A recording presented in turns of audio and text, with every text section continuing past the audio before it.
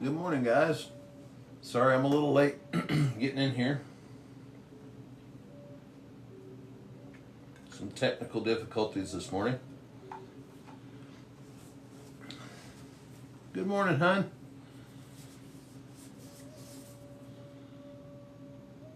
I'm going to see this. The weather's going to have us a little bit choppy today, I'm afraid. We've got... Hey, Roland, good morning. Weather's going to play fits. Cody, good morning. So I'm hoping that it allows us to do the live anyway. So we'll see how it goes. I think today what I was planning on doing, this was the piece that I've been using kind of as a warm-up in between pieces when I'm doing fluting and stuff. So I thought we might work this down, and it's raw Burlington, really nice grade. It's almost porcelainy looking, but it'll show up real good, and I can use my dry erase marker, and I can kind of show you the ridges and the spots and the way that I'm looking. I think it'll really show that stuff up well. So just as a little bit of a different idea maybe of how you can see what I'm, a lot of times it doesn't show up very well in the camera, so that'll maybe give it a little bit more contrast. So let's get into this. Let's see. I'm gonna do a little bit of pressure flaking. This side's kind of thin, but I just want to get it set up where I can start. You can see we've got like a little bit of a divot right in here, and then we've got mass on the other side of this, and then you've got this little weird flip out mass area here. So what we're trying to do is just even everything out, keep the tip and the base thin, and try to put as few problems into it as we can. So right now I'm just going to try to establish a working edge, a nice spot to get into this. I need to remove this mass right here, because this thin spot is a definite place where it could break. So I'm going to kind of lead up to it this way to strengthen it so there's no thin spots there.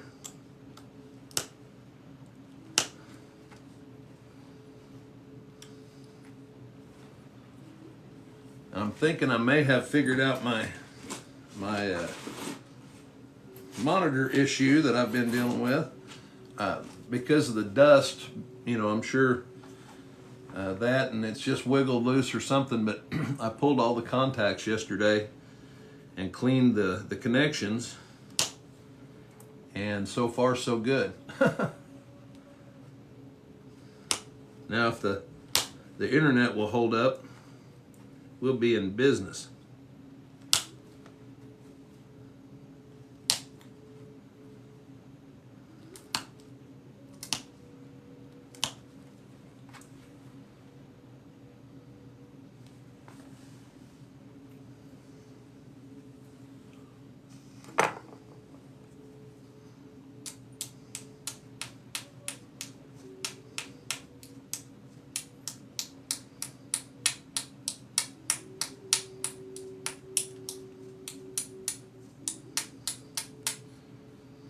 Just trying to slowly get an edge turned on that where we can get it beveled to this side. And you see how that area there, and I want to match it up to this area over here, and then we'll start going back and forth. Bill, good morning.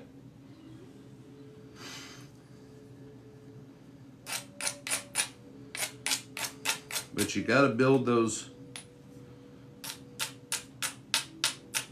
the contours and the convexity to get it to start doing what you want it to do before you try to just rip off big flakes off of it, because when you try to go into it too aggressively too soon on stuff, you end up losing a lot of your material because of the way that you set up the platforms, if you just go at them, kind of let them tell you where, you know, don't force it. If a platform's already turned to one side, go ahead and use that as a contouring material so that you're not wasting. Now you see how I started that off right here and how I set that really steep and how now this is all isolated. My tip is get my rock here. Tip is thinned down and now I've got do what I said I was going to do here. Okay. Now I've got this area right here is all isolated. And what we're going to do is we're going to systematically take flakes off this. I'm going to take one this way. Like that. That's what I'm thinking of as I'm looking at this. It's, I don't know who it was, one day we said it is similar to pool, but I'm trying to remove flakes in a series that's going to set up the next flake so that we can work it down systematically. It's not just a guess. You know, when I look at this, I've got a particular set of flakes in mind as I work it. And I am having coffee this morning. I have slept horrendously the last 2 days. I believe it's this weather change coming in. My arthritis and my back have been just really giving me fits. So, all right. Well,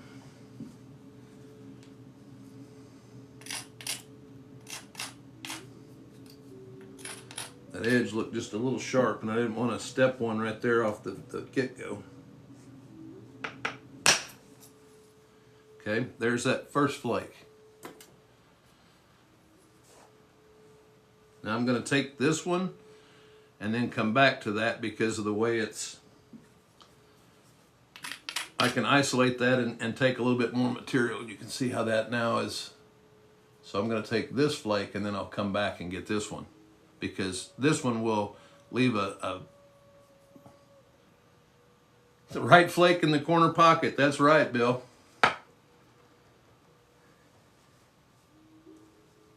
Now this one should be a decent flake here. Yeah, see that just cleared out the back side of that.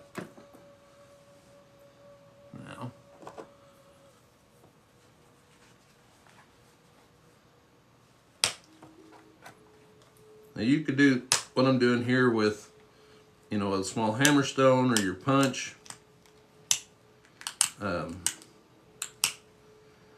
All I'm doing is kind of isolating that spot where we've just taken those flakes at, cleaning up the edge.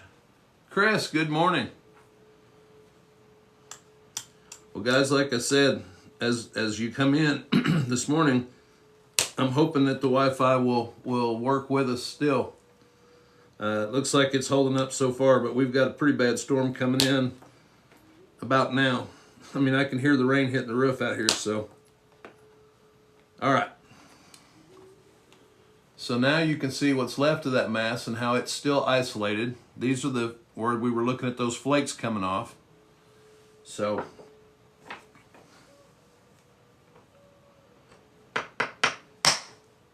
That one didn't go as far as I wanted. All right. So right there, I put a little too much left English on it and left myself snookered a little bit.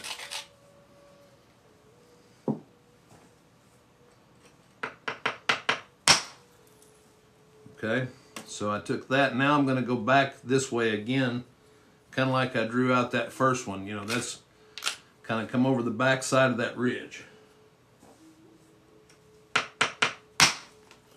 Just like that. You see how that ran? It actually ran farther, and that set that contour. Now look what we've got left. And we've got a little bit of a ridge right here that's going to get the last of what I was saying. We'll clean it up.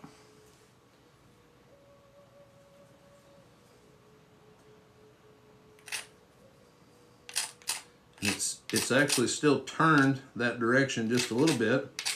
So I'm going to take a few little flakes and kind of blend it together. But see, now that low spot that we had over here is not near as, it's not the weak spot on the whole thing. Good morning. Oh, thank you, hon.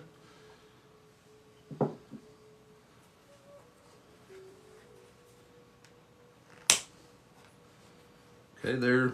Again, it's the same, you know, you saw me take those bigger flakes with the punch, but, you know, you guys have heard me harp, and I say it over and over, but it's the same process. You just change the tool, you know. So now you see, I did the same thing. I started those flakes. I've isolated an area. This is just a miniature version of what we just worked through. So all I'm doing is taking smaller flakes, but I have the same objective, is to try to get those to take that mass away and still start building me contours. So just like a while ago with a pressure flaker, I'm going to take a little flake here, a little flake here, and blend that in, not trying to drive them across. I just want them to go in somewhere like that little smiley face right there. But it's contouring. That's what's going to really set us up later. See, that one took that half. No, that didn't get. There we go. Those both went right to the edge of that. And you can see how it's more rounded, it's contoured. And as we work through this, later stages, that convexity will help getting flakes to run farther. This, you know, Dalton points are very pressure heavy on them. I mean, you do a lot of pressure work. It's kind of like, well, a lot of the other paleo stuff are the Folsoms and that type of deal. All right. Now you can see how that one little remnant of that we had left over, and I said that's what I'm going to save and work up to. Now you can see how this is just a little lower. I got a little bit of a ridge right here. Now this one will probably just go out here. It may spread into this one. I don't want it too much, but it should take, that's the ridge, and it'll take a flake out about like that. And it's not supposed to be a big huge flake. I'm adjusting the contours of it as I go. Hey Don, good morning.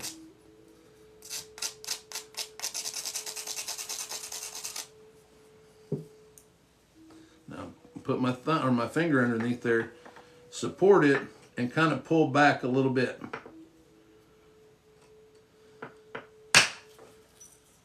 And see how it went right exactly where I'm along that line. This is the edge line that I had of that flake. And there's what came off. And what you see now is there's no severe low spot. I've got a place right here. It's another little platform. I'm just going to blend into this, but then that side is flat.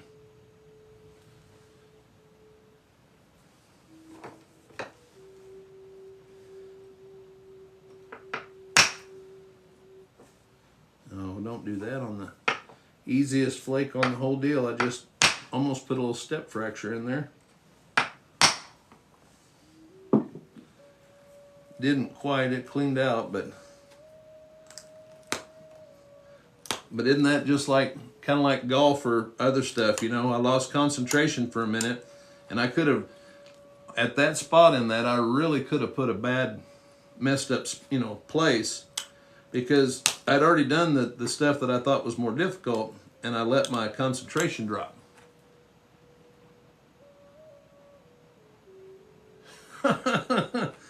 A little happy platform right here. We're going to take a happy flake.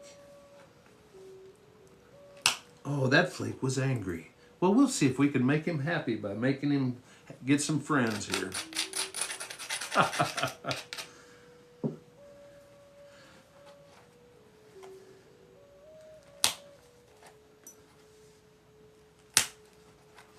Now you see how those are, see how that edge is starting to turn and contour as compared to the other side, and how that ridge and all that stuff. Well, that's what we're trying to set this side and get it flat so we can come across the other way. Nomad, good morning.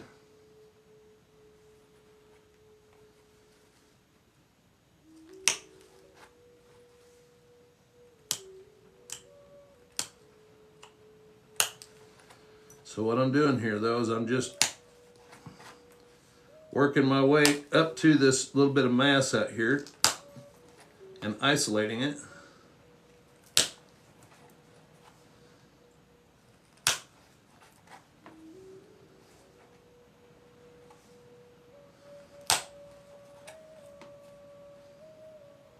And I want this flake, I don't like that platform though. It was a Don is called, the name of the account is Ragnar.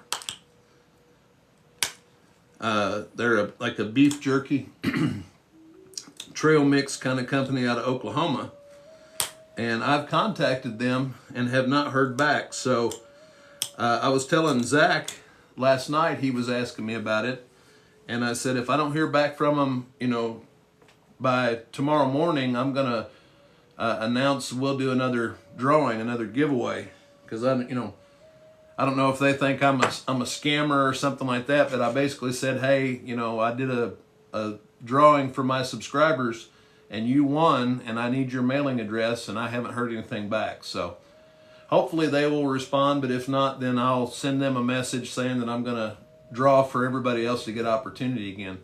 And guys, this is what anybody that's in here that don't know what Don was talking about. These are the trash napping points. We did a week and a half on working with alternate materials. This is TV glass. It's a double fluted Clovis we did.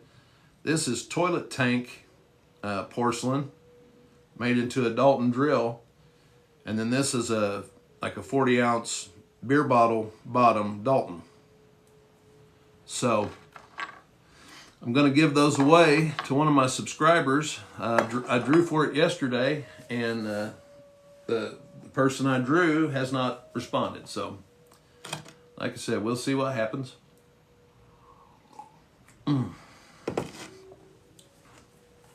Now, get back to this.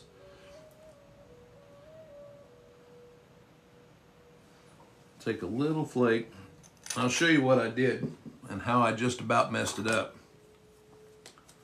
Whoop, wrong pen. I'll kind of highlight the little spot, and you can see where it stopped short.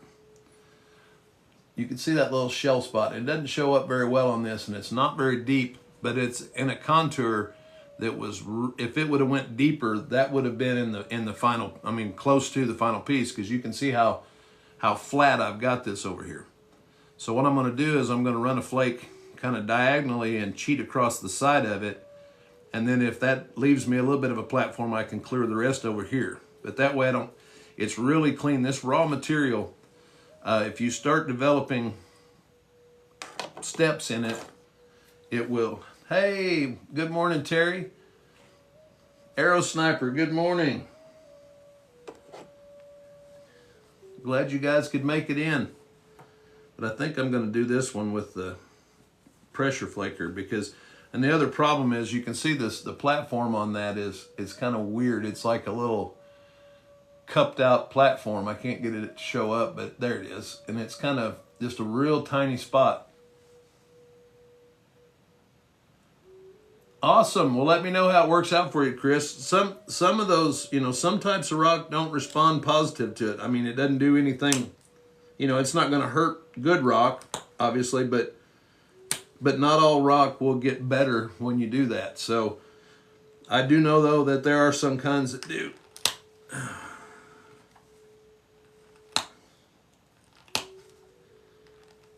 Yeah, it's slipping off there. Now, you guys have, this is my little, one of my secrets that if you get a platform like that, with copper it's not as much of a big deal because you can put some more carborundum dust on there, sharpen up your copper tip, and just drive into it.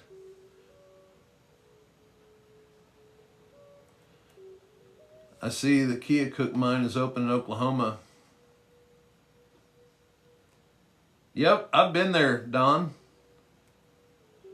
Oh, awesome, Arrow Sniper. I saw that the last couple of knives you done, man. Really cool.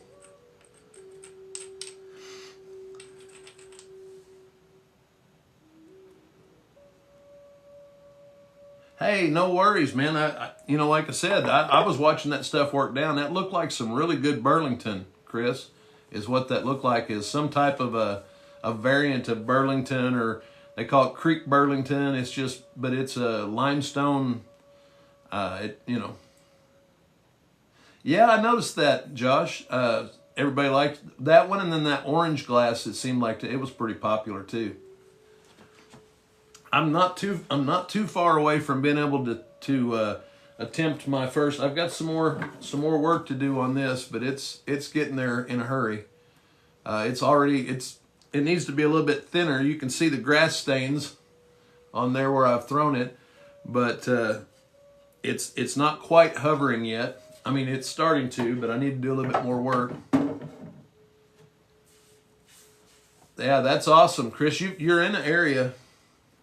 It's right now, Josh. It's starting to where it's kind of like it's not quite like a boomerang hover or the throwing sticks that I've seen. Some of those things are incredible, like a frisbee flying out there, 100 yards or so.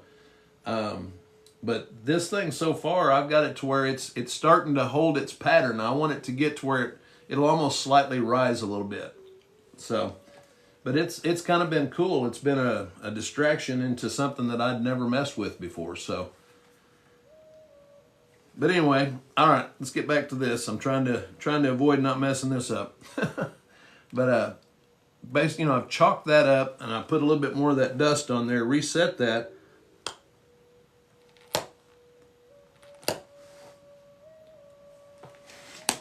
And that is a tough platform. We'll get a little bit more contact here. Goodness gracious. That will not come off there.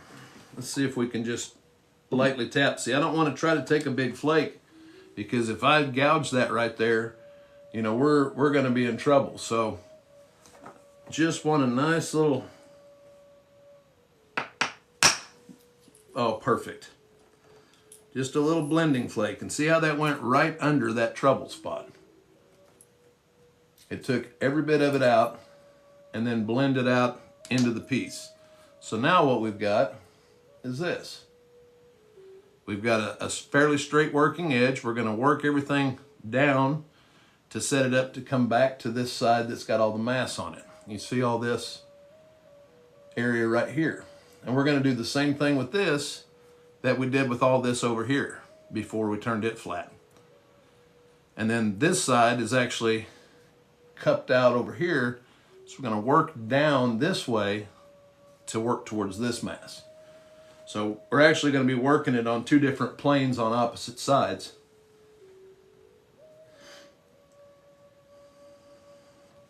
So I'll tell you what we'll do. Now, I do this a lot. I've seen a lot of the guys, they shear the edge. I've seen guys just use like the carborundum or the grinding stones, sandstone. You can use whatever tool that you want to, but I like to just kind of gradually. I don't know if you can see. Hopefully, you can see the little flakes. I'm not really grinding this. I'm just taking like little dressing flakes off the side. And it gives me this really nice turned edge without losing hardly any material. I need to pressure flake that though.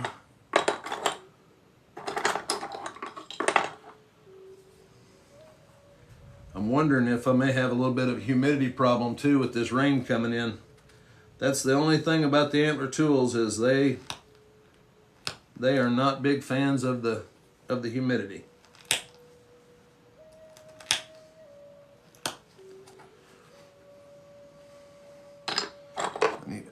one that's really kind of, that'll work, kind of crispy.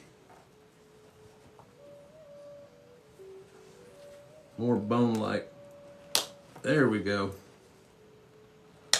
You can just tell this one, that's what some of it is I've got, the humidity has changed because this is one of my, well, you heard me calling it crustier, but it's more bone-like. Oh yeah, Blake, the humidity on antler tools, now stone, it doesn't, yeah, Don, you're getting ready to go through it too. We've been having a bunch of that. But yeah, the antler tools, and some of the antler tools will be worse than others, but some of them will draw moisture more than the others, but the bone usually draws, it's less likely to get gummy is almost the texture that I use. It'll get soft where when you're pressing down, you're leaving a bunch of the tool on the platform. You can still work it, you know, you can still work with it. It just wears your tools down crazy fast, and it takes a little bit more force and pressure to pull the flakes off. But it is inconvenient for sure.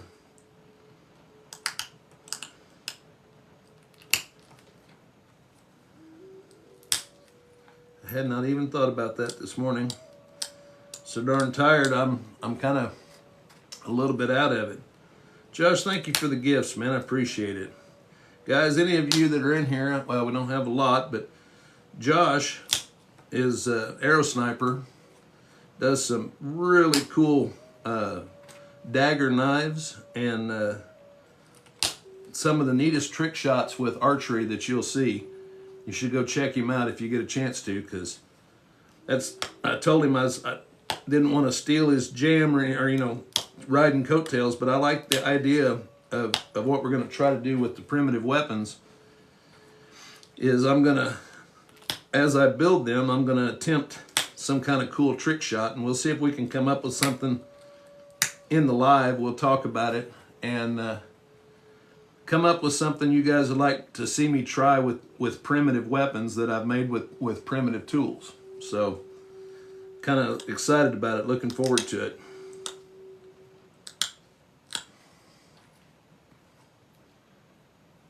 Yeah, I'm excited. I think I'm going to try. I've already been doing some research on the next, but I'm trying to start with this old, rather than just throwing a rock. You know, this is a shaped stick. They consider that the throwing stick to be one of the first hunting weapon system that man created. It is worldwide.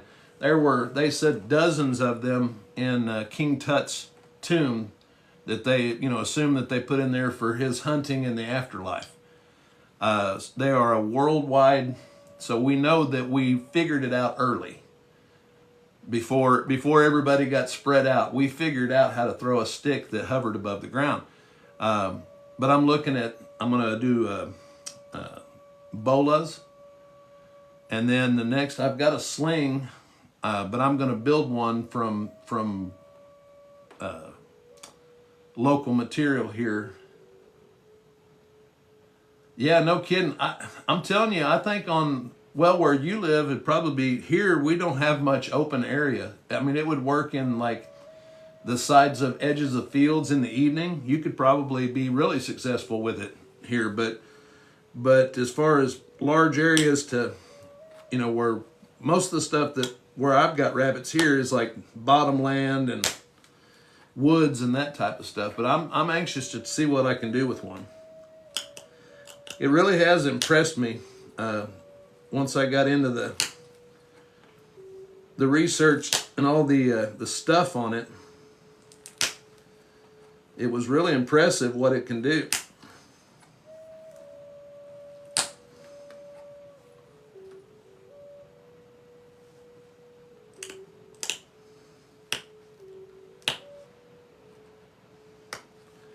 Well, I'm gonna have to reinforce my leather. I can feel it. My favorite spot that I hit right there is I can feel that tool hitting my palm now. So starting to get the wet leather is getting worn thin. Now this is that edge that we just drug, and it was still kind of set up to the side where all the issues were. So rather than trying to do something, you know, that the rock was, you know, I'm still trying to turn this edge to where we can take flakes off of this side. But I'm building convexity by taking these flakes. You see how this side now has, where I've taken those, is actually convex. See how nice that is? Once we do this side and they get like this, that's when you can start running the longer flakes. All of this stuff right here is basically, it's the setup for the big flakes. And if you just take your time, let's get that out of the way a little bit. I'm gonna do some pressure flaking. If you just take your time with it, you'll get contours that you're almost going to have to be careful not to make your flakes go too far. Brizzo, good morning. Because once you get that convexity and it's rounded like that, and you start pushing flakes, or even hitting from one margin to the other, you'll get the overshot flakes, the ultra pass, or you know, the French term, but it's associated a lot with the Clovis culture, and I believe that it's, you know, because it's a very efficient way to break down a rock and still give you a lot of big flake cutting tools, and it's a matter of just, it's a system, and you set it up that way, you know, with the steep beveled edge all turned to one side, and then it's kind of like turtlebacking it on purpose. Not a severe turtleback, you know. Don's over there, hey, I'm a Clovis. Don was telling me kind of jokingly, he said it seemed like he could make turtlebacks really well. So, but you know, the thing about it is, guys, and Don, I'm just poking at you. But you know, that's the thing is, you learn how to take care of those. It's kind of like my story. I told you about my buddy throwing his bait in a tree. You know, he couldn't figure out how it was so easy for me to get my bait out of the tree every time I threw it over a little limb. I said, I've done it a lot. I've thrown it in the tree a lot. Don and you may be brothers. Well, Blake, I will assure you, my first point that I made was almost as thick as it was wide, and it technically could be called a turtleback. I've shown you guys the point. But what happens is once you get used to the inward pressure and the angle and all that stuff, all of a sudden those turtlebacks start getting a little thinner. And then instead of being a turtleback, you start getting some convexity. And then the flakes start carrying better, and it starts making sense. And I promise you it will. This is not a talent, it's a skill. Right on, Roland. That's awesome. Well, if you would, I mean, what's helped you, you know, what's got you there? Because you got a lot of folks in here that are asking the same. There you go, Don. And that's what I was talking about. Remember that one night we were talking and you said something about into a smile or a frown and how to set that up? Well, what you said was right, but there's certain times when if you hit into that smile in the wrong spot, you're just setting yourself up for failure. So a lot of it is you work it to where you isolate. This is going to be a great example right here. You can see how that big hump on this side, okay? I'm going to shut up, and I've been working this edge, and I'm going to keep kind of picking away at it until I've got an angle where I can get up over this ridge. Now, Roland, what is it that you've figured out that you feel has helped you the most? Because, like I said, there's a lot of new nappers in here. Oh, well, thank you, Don. But I mean, have you figured out that, like, the angle that you're holding it? Is it the preparation?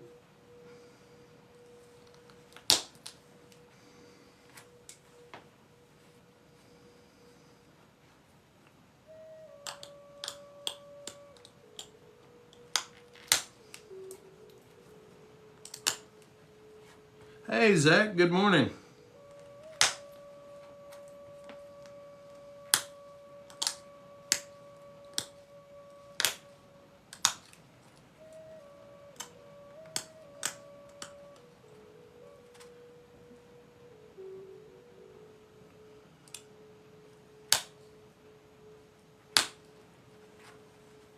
Zach, I'm doing pretty good. Doing pretty good. Other than we're on weather watch here. My notorious internet coverage when the weather gets really bad. Sometimes it works fine, and sometimes we lose it, and that's what that is. So, get a sip of coffee, and I'll show you as we're working down this. Now, you see this area right here that's kind of, there was a scooped out flake right there. That's going to be so close to my finished thickness that I need to build convexity into that. So rather than try to pull flakes, yeah, I did. I cleaned all the connections, Rick. I pulled all the parts out, and so far it's working. Yeah, you got the tornado thing going on. I don't think we've got as much risk of tornado. You got to take your wife to the doctor. She can't talk. Yeah, now, Don, if you start coming up with excuses why not to get her there. Southern Flint Napper? Oh, I used to go barefoot, but when I wear these compression socks, they're circulation socks, and the flakes cut those, and they're too darn expensive to buy them. But I used to go barefoot, but these stay only in my napping area. That's awesome, Roland, and that's exactly what we're talking about right here, is coming in from the sides of that to isolate that, the mass there. And you'll see I've already kind of done it here, but we're going to work up to it a little bit more and clean that up to isolate that. And then I don't want to get too thin on the ends before I do some of those larger removals, but here I'm just same thing on miniature, guys. So you see this little hump right here and how it's identical to this one. All I'm going to do is work up to it this way and back to it this way, and then try to take a flake out of the middle of it. And I know it sounds like a broken record, but it's the same thing, just a different size platform and tool. See, and there's that spot, and now you see how it's gone. It's flattened out. So then you just keep your edges clean, and any real thin spots where you've pulled off flakes, go back and kind of pick those down. You don't have to. With the vibration that's in the rock, if you hit it or if you do something that, if you've got a thin spot,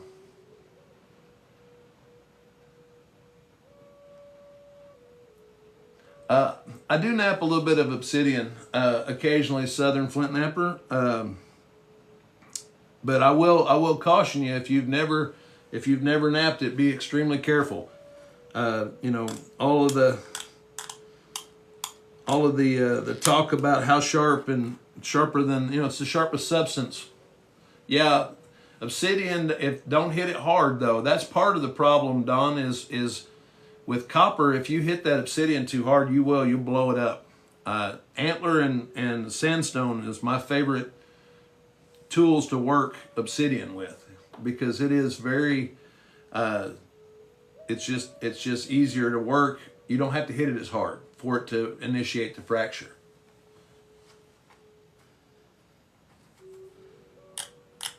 All right.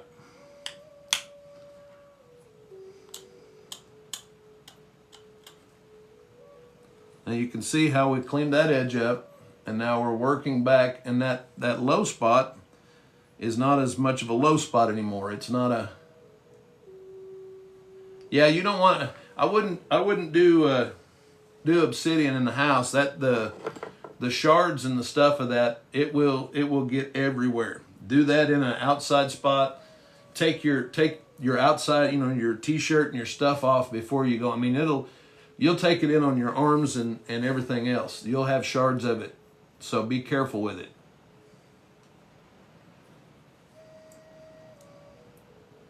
All right, we've got a spot right here that I can connect up to this low spot over here. You see this kind of low area. When we come back this way, I don't want to do that yet because I don't want to weaken that by thinning it out too much right there. Now, what did I do with that one? I've got it. There's the other crispy one. All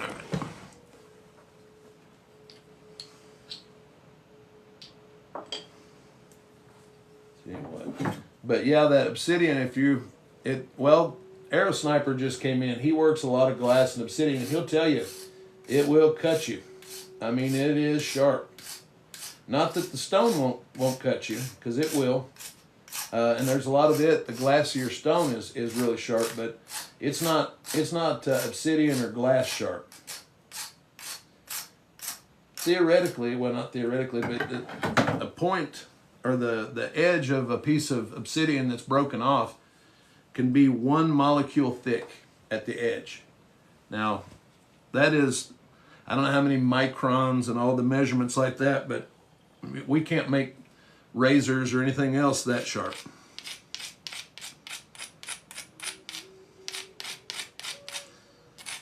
All right, now this is that same side we just worked the tip on.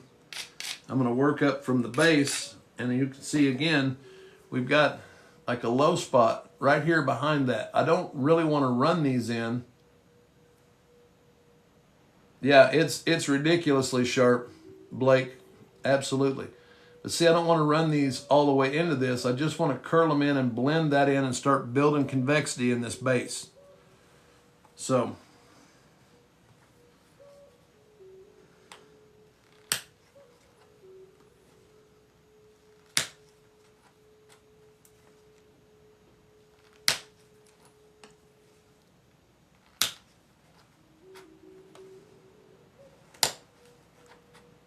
okay.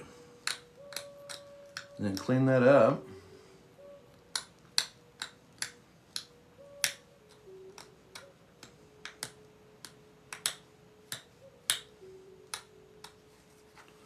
And you can see how those flakes, let me see if I can get it to, see that little bitty right there, you can see where they're terminating, just behind that.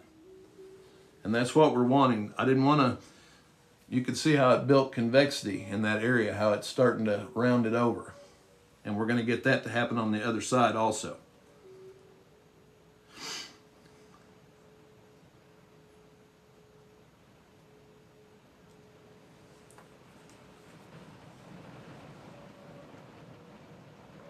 Yep, Blake, it's incredible. It's scary sharp. So it is. That's why I do caution, if you're new to flint knapping, be very careful with the obsidian, because I've seen some people get some pretty horrendous cuts with it. You know, as you do this, you'll learn how better holding techniques. You'll understand what the material is going to do a little bit better. So until you kind of get a feel for that, I would suggest, hand protection, definitely eye protection.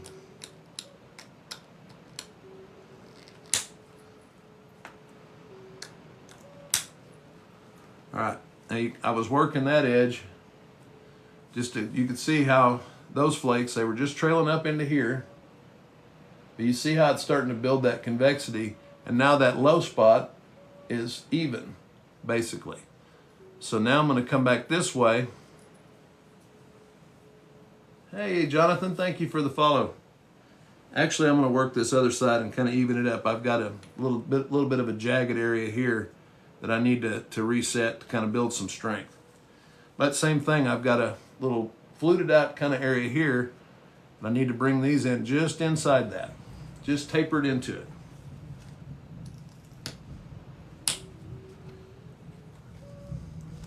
And if you hear the, well, you may hear the thunder.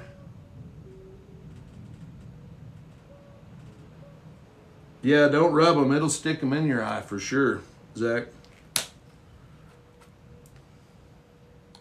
Anytime I ever feel like I got something in my eye, usually the first thing I do is just close my eye, just so I don't, my eye is not twitching around and I'm looking at stuff. But close that eye, and then go get an eye rinse, a Visine even, something like that, or wash it out with water. I've been doing this for a long time, and with only on a handful of occasions have I gotten a Q-tip out and pulled a piece of stuff off my eyeball. But I'm not going to lie, it does happen. But generally, with safety glasses, it's not sticking in your eye. It just bounces around and it touches your eye, and with it being wet and the flakes being so small, it just basically sticks to it. And that's why what Zach was saying, it'll just sit there on the top in that moisture of your eye, and you can just grab it with a Q-tip or something like that, or rinse it out.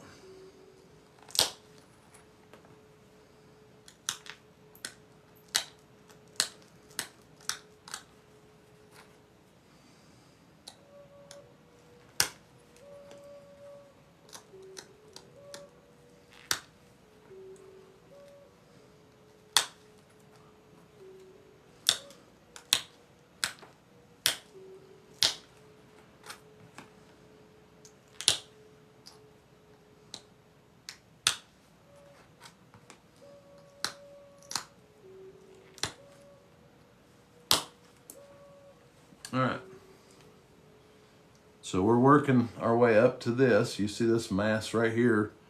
I need to work this edge down and isolate this a little bit more, but then we're going to be able to clear the back side of this out and be getting real close to running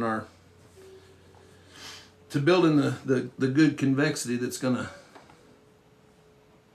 to make this a nice point. This is some just really nice consistent material. It's raw Burlington.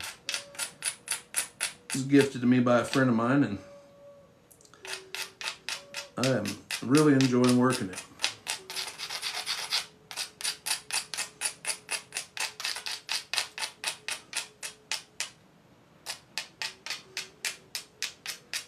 See some of those little flakes coming off. I'm not grinding this. I'm almost, it's like shearing it, but I can get a consistent edge when I do that, because I've set an angle that I'm making contact with that. And what you end up with is this nice little lowered, kind of polished off platform that it works really well with the antler. It grabs it nice. All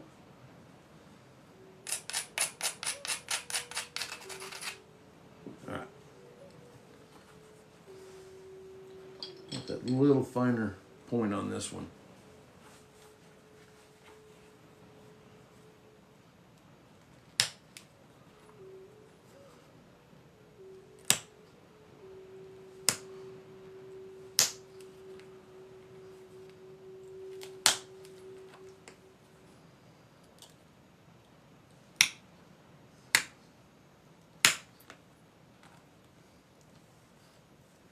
But yeah, so if you, and depending on how loud the commercials are, you might hear the TV. I've got the door open, and my fur baby she doesn't want to be out here because she doesn't like the sound of the flint napping, but she hates storms. So right now she's on the couch, and I've got the TV up enough where she doesn't hear as much of the storm. Big old scary pit bull.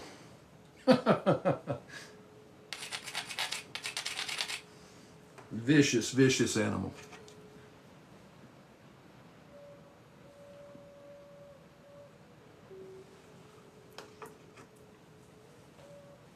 She's a big old teddy bear.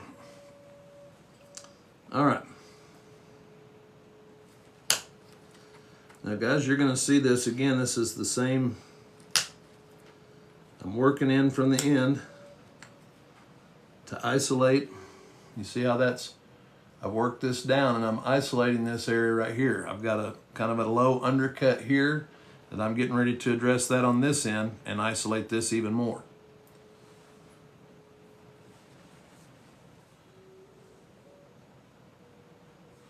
Yeah, I'm telling you, some breeds are worse than others about it, and some dogs, just the personality of the dog. But yeah, ours, I believe she was probably left out in some bad storms. When we got her, she was in really bad shape. She's Zach, I'm gonna make a Dalton.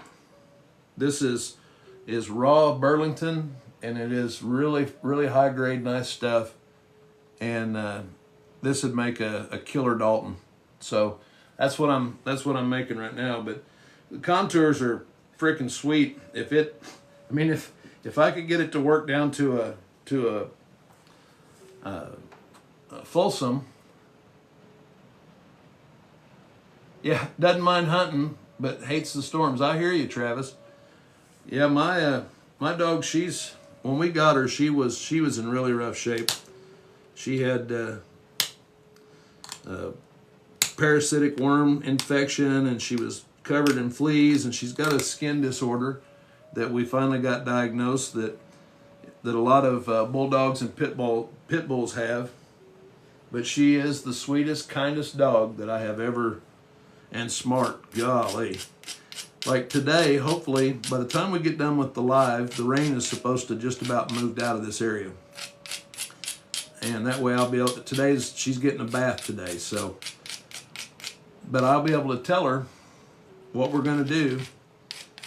And when I tell her it's time to do that, she'll go in and get in the bathtub on her own, turn around and look at me and wait. She's like, yep, this is what we're doing. Doesn't like it, but she doesn't argue with me.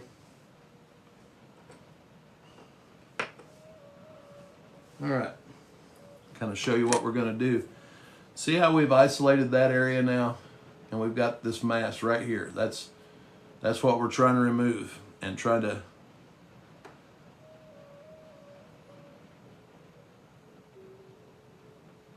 Yeah, I'm going to take that first because these are going to be the. Oh yeah, there's a big line. Everybody's going to get some of this, Travis. Yeah, I'm going to take this flake right here and try to run it down this ridge at an angle this way and kind of isolate this spot even more. I may have to take some more flakes down to get under it, but I can take a little bit of the top of it off I'm hoping it'll curl around like that and take some of that mass off the top of that. That's what I'm hoping for, but if it doesn't, it's not the end of the world. I've got the contours to be able to go back and get it from another spot. But see, that's exactly what it did. You can see, and I wiped off the ridge because that's where the support was. I was holding that ridge. And see how that tapered that into, and now how this is even more isolated. So I'll clean this up, reset up, and I'll just continue to take that mass off of there.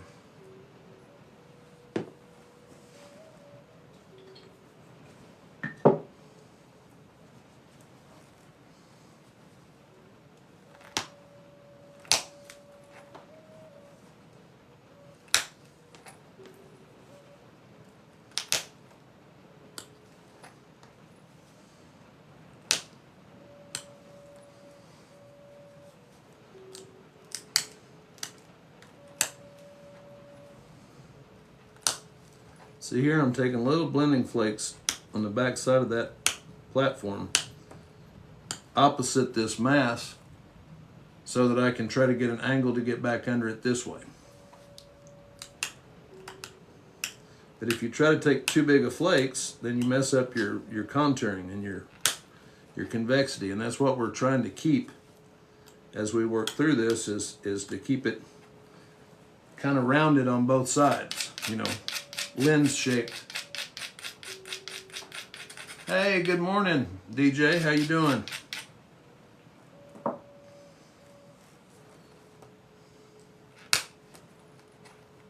The purpose of these little flakes here, I'm just adjusting this because I'm going to go back this way and isolate this area just that much more. Try to get a little bit lower on it so that I don't have to take as gougy a flake, because that's in the center of my point. You can see how now the base and the tip are both fairly thin. So I need to get this area here of mass off.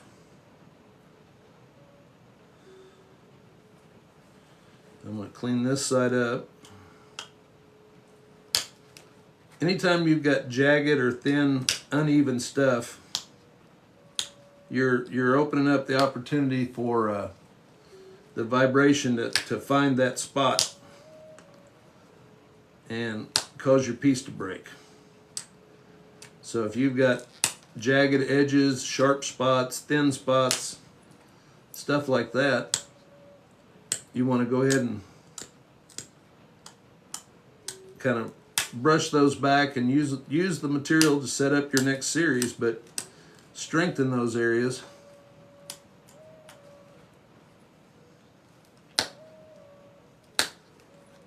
So that they're not as prone to break.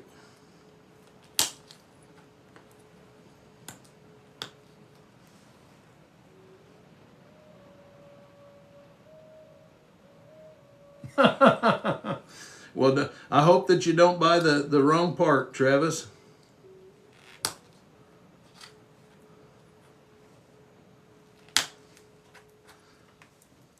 I mean, it's it's nice to have practice material, but not like that. All right.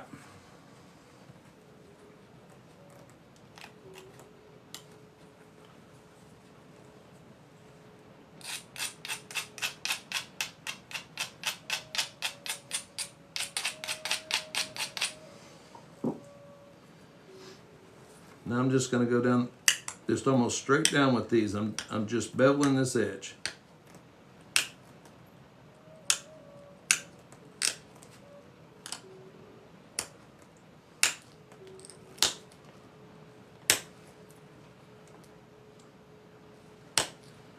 But what I'm doing is I go up to that, and I'll show you right here.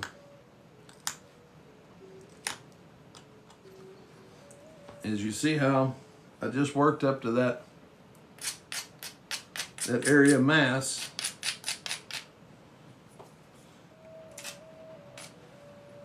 And isolated that little spot right here.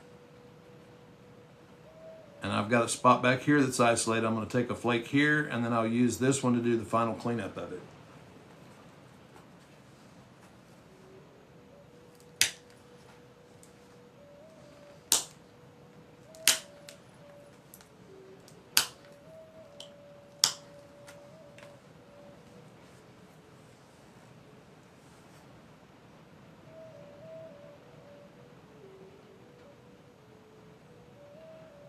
Rick, I couldn't tell you. I do not know.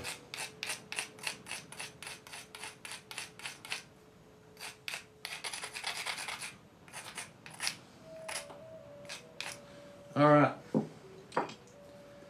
going to take this flake here first, kind of at an angle, and try to get to the back side of this little bit of mass.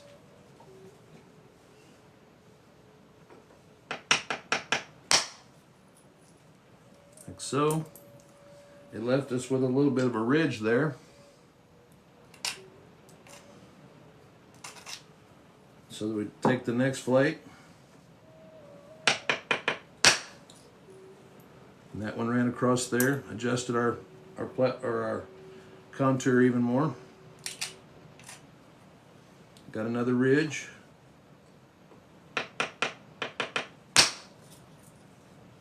Because the convexity is improving, they're starting to turn and feather that in.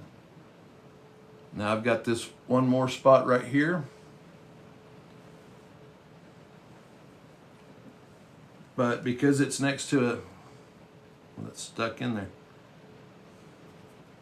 there.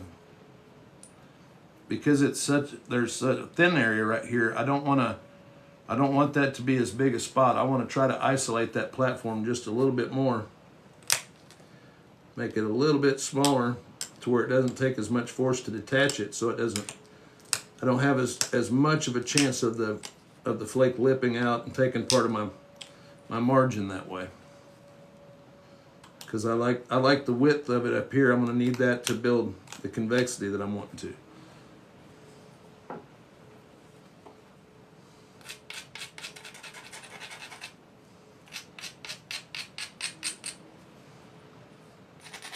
See, we've got this little, now we've got that little nub sticking out there. And I'm just gonna, this is just a blending type flake, just to really secure our convexity in the point. Just like that. Went all the way out a little bit past middle, and now I've got flakes on this side to come meet up to those. That's why I was just trying to blend that. I wasn't trying to drive a flake across it.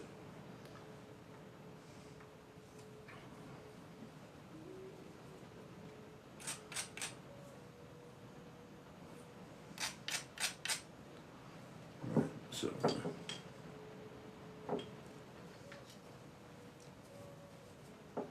tell you what, let me sharpen these up just real quick.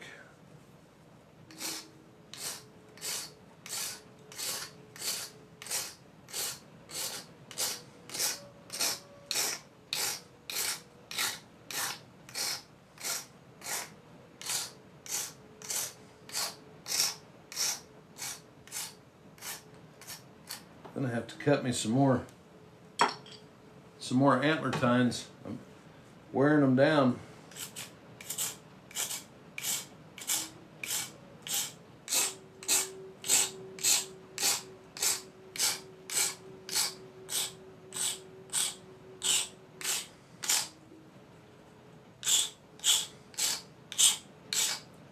It's when you find some that have got the right texture, because not all antler works the same. It's some of it'll be, you know, like I said, softer. Some of it's more bone-like. I'm sure a lot of it has to do with the diet of the deer that the antler came from, or the animal that it came from. You know,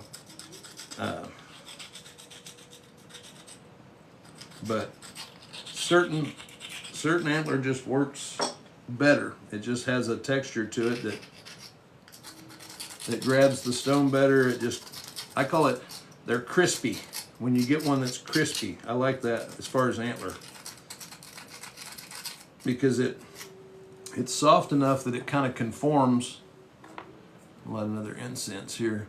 It's soft enough that it conforms to the edge a little bit and grips it, but it's hard enough that it doesn't sink in so far. So you can really pull off some nice flakes with it right where you want them to be. So,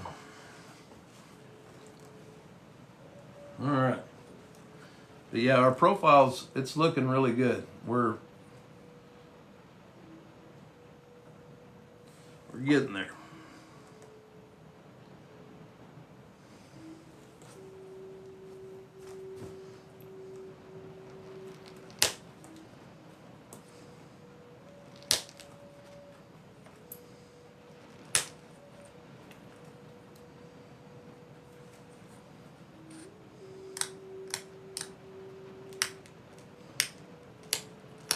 Now again, what I'm doing here is you'll see me go down this edge, I'm just cleaning it up. But I'm also turning it a little bit to this side. And the reason I'm doing that is because it's not quite, see how this doesn't have I gotta do the puzzle piece. I thought I'd lost my internet. All right. Hang with me for just a second, guys.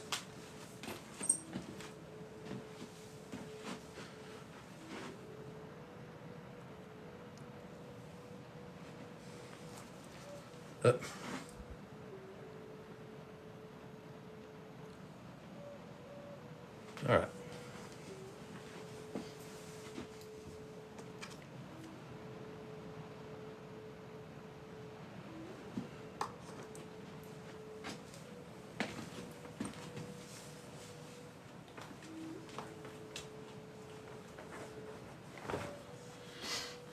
Sorry about that, guys. Yeah, I was thinking that I had lost my internet. Thankful it was just a puzzle piece. All right. Now, But like I was saying, you can see how that edge coming from this end, it kind of tapers into this area of mass in the center. So we want to isolate this area more.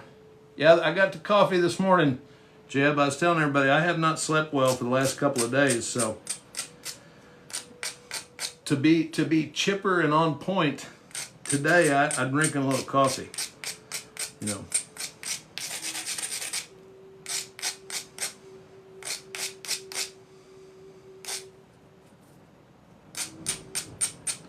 And now we're going to see what happens with the weather, because it's getting a little chippy out there.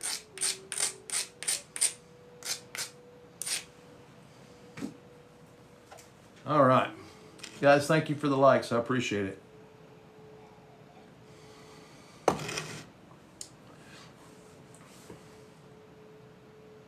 Oh, I'm telling you, it's something to do, Napper Jeb. It's something to do with like the moon phases and the barometric pressure and all that stuff for me, because with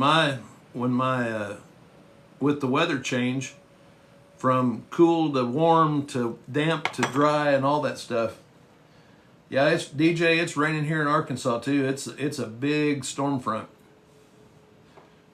I think they're talking you guys might get some snow out of it. We're just going to get a lot of rain and maybe a little mix, but it's been too warm here for it to stick around, which I'm thankful for. But yeah, I'm just ready for it to be done and get, you know, like I said, I'm ready to start complaining about it being 100 degrees. Because even though it's hot, I handle that way better than I do the weather changing back and forth.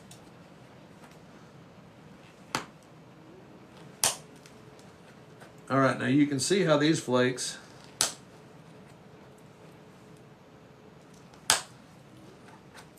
see how they're ripping down that edge?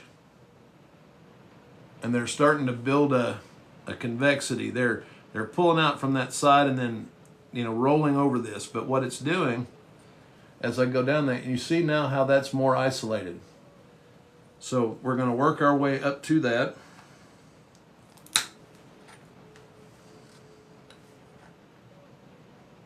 Yeah, I want that one to go.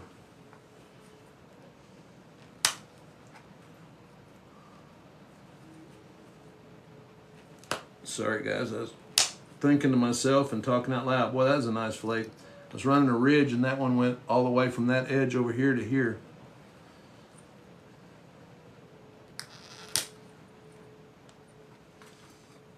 All right.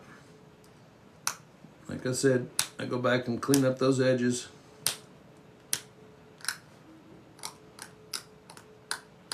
You don't want any thin spots.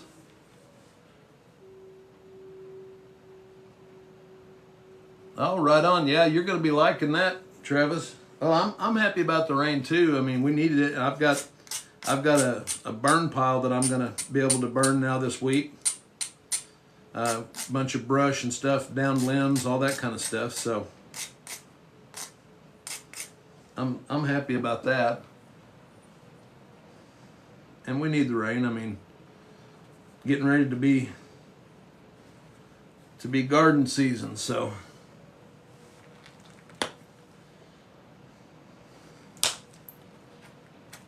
All right.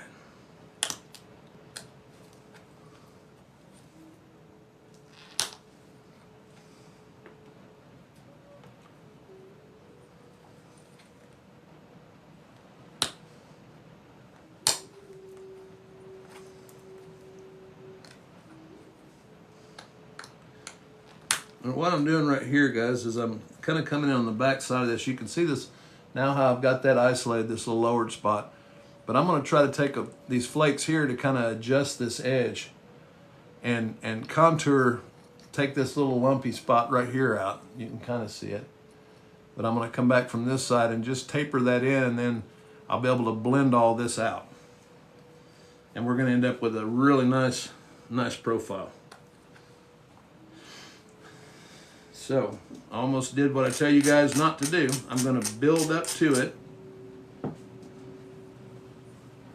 going to take these flakes here, till I get to this, and then everything will be turned back this way.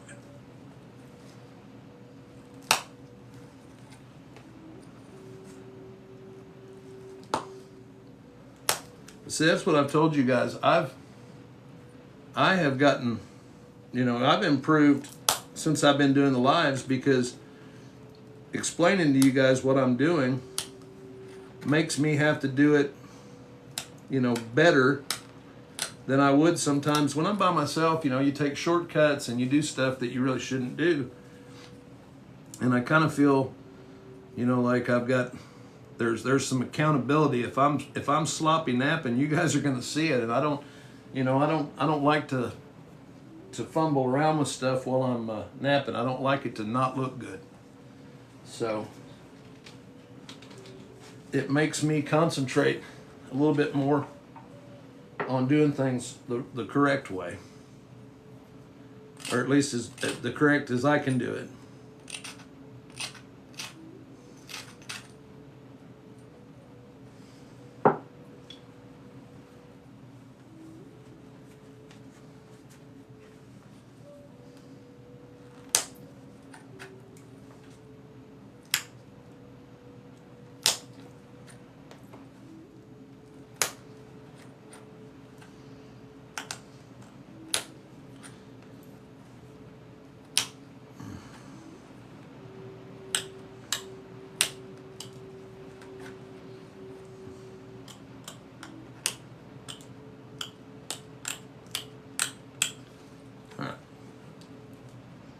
Now I've got a couple of spots here that I'm going to take these flakes here first, because I don't want to weaken it too much in the middle. That little hump right there, I can get that after I take this other side off, because this is going to be a thicker flake on the edge, and it would definitely weaken the middle of the point. So these others are just going to be more of a skimming type flake, kind of a long blending flake. They're not going to be real deep. So I'm not trying to really rip on them. I'm just contouring with them, because you can see this face here is almost perfectly flat, except for that area that I'm getting ready to try to remove.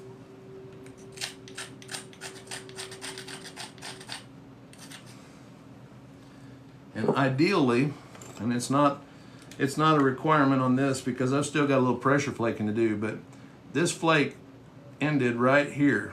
You can kind of see there's a little bit of a spot there where it dipped down. And what I'm hoping to do is to get these flakes to travel.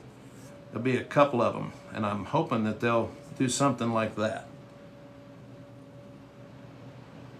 That is the goal. Now, if it doesn't happen, that's fine. I think I've got enough room to get them out with pressure flaking later. But if I can adjust that contour now, then it just makes it easier on me later.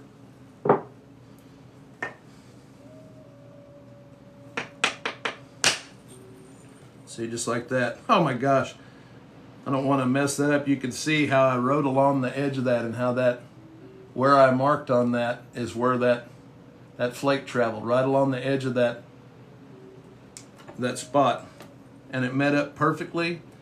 There's a little bit of a lip right there on this side now. Thank you, hun. Thank you, Rick. I appreciate it.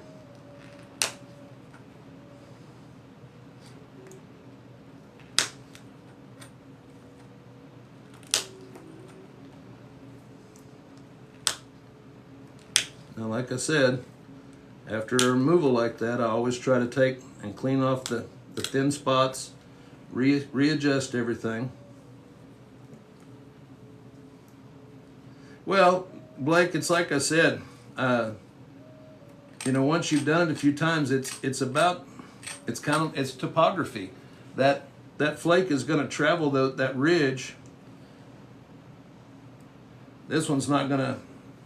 The other side of that flake went out to the edge of this mark. This one here is just going to taper in to a point off that end, and it should blend it in nice.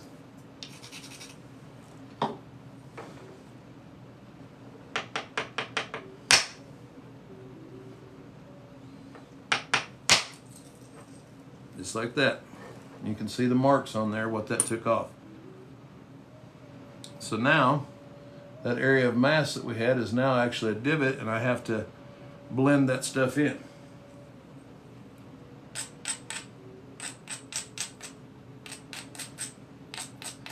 But you can see by not trying to get too aggressive with some of the contours and stuff, that you're able to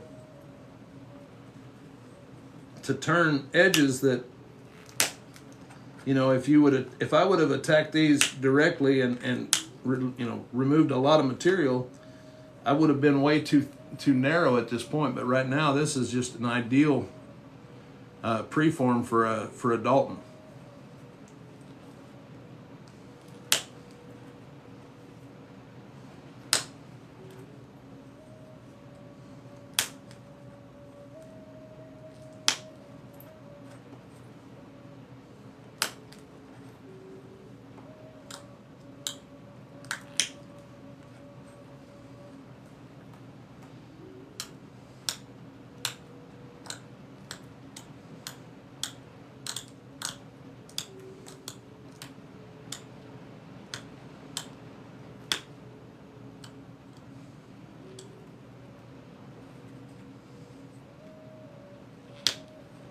All right, now here's the little spot on the back side of that I said was going to be, that I was waiting on until I got that, just to give it enough strength. I didn't want to thin the point too much in that area.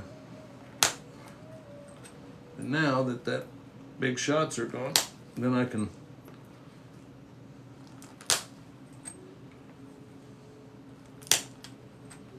there we go.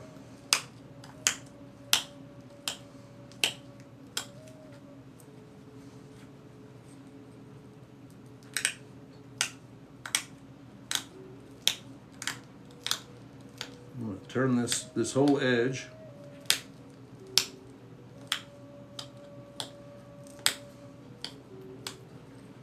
And this is the point where the Daltons start getting organized. When you get a continuous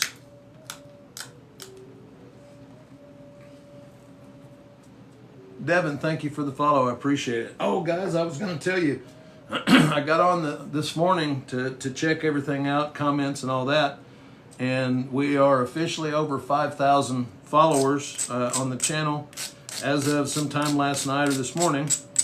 So what I'm going to do, I'm going to make a post after the live this morning, and we're going to give away. I'm going to do it on Wednesday night. Thank you, Blake. I appreciate it. We're going to give this away Wednesday night. It'll be for followers only of the channel, but you have to be present to win this one. So tomorrow night's live from 8 to 10, as long as everything, we don't have any issues with internet or any kind of that stuff. That's the plan. We're going to do, we'll give this away tomorrow night. So thank you guys so much, everybody that supports and follows, and thank you, Taylor. I appreciate it.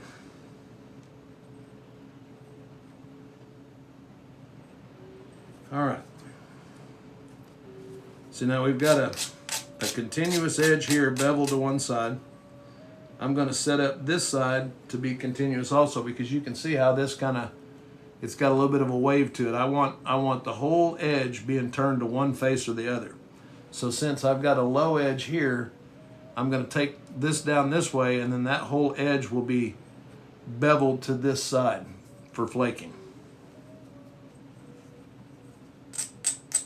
With these Daltons, you're looking for as uniform and ordered of a point as you can get as you're making the contours, because that's how you get the ribbon type or the series flaking that they're known for.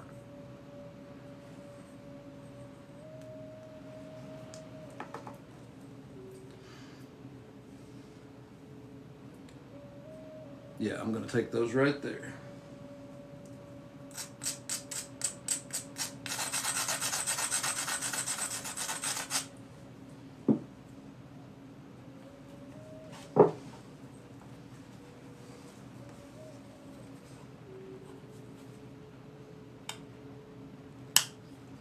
Starting at the tip, isolating that off. You can see those first two flakes and how they've already started isolating the rest of that face. And I'm not pushing in, these are just making contact and pulling down.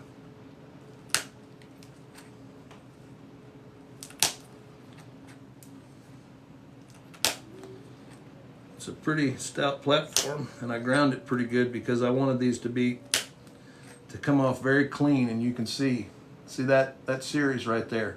They didn't go out very far, but what they did was they start, well, that is irritating. But you can see how that's starting to build a convexity. It's lens shaped, and that's what we're going for, is to get it as close to that shape as we can. And now what we've got, you go back and clean this up. That we just pulled these flakes off here. Just cleaning it up, little deltas and in between, making sure everything is tidy.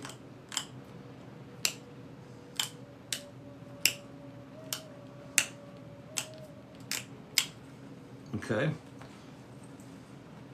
And then I'm just gonna brush that edge and kind of strengthen it a little bit. Take a few more little flakes off. Start thinking about this base a little bit.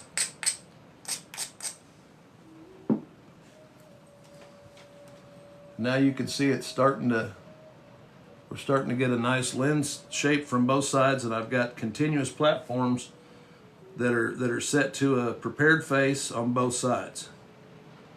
So it's starting to get a little bit more ordered now.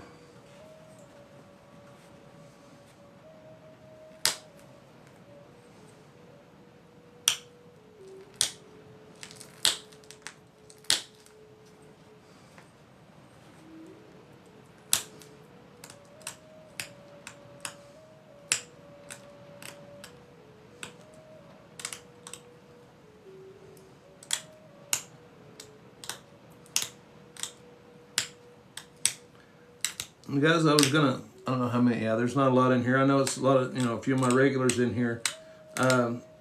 Once this weather is starting to get nicer, I'm probably going to be spending a little bit more time outside in the mornings.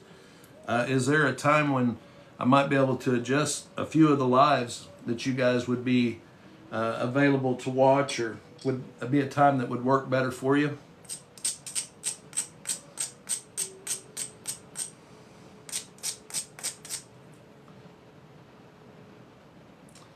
Okay, Rick, good question. I typically, when I'm looking at the piece, now I'm not going to flute this one. This is going to be a Dalton. I mean, it'll have a short pressure flute, but when you look at the profile of the piece, okay, like on this one, you see this flat spot right here?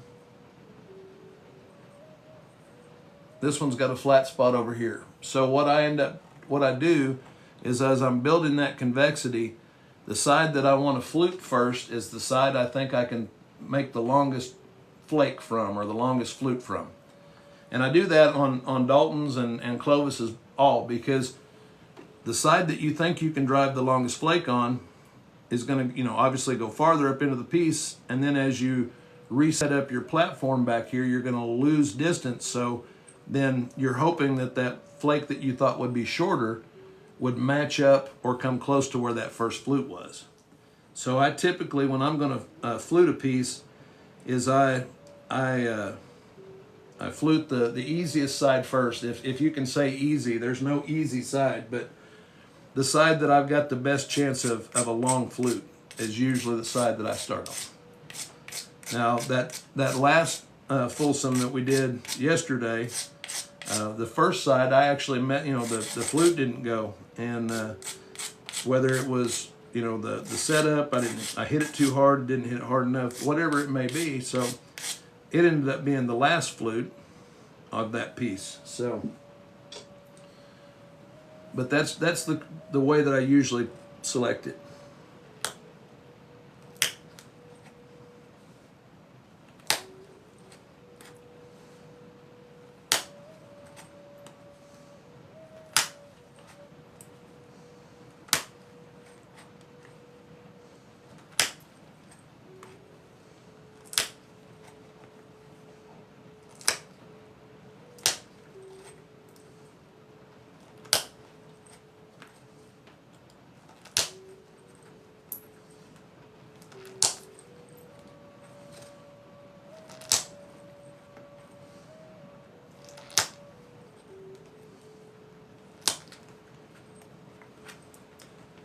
And you can see, right on, I hope that helped. This was the series I just took. Now you see how those flakes, they're coming off really clean, and they're building a convexity down this ridge. You see that? I'm not trying to take big long flakes across there. Again, you know, the contour is not right, and if I do that, I'm just going to mess it up and I'll have to fix it later. So it's just, you're just preparing for those flakes right here. If your convexity is not right and the platform's not right, then all you're going to do is put a bunch of flakes out there that are not going to do what you want them to, and you're going to get frustrated.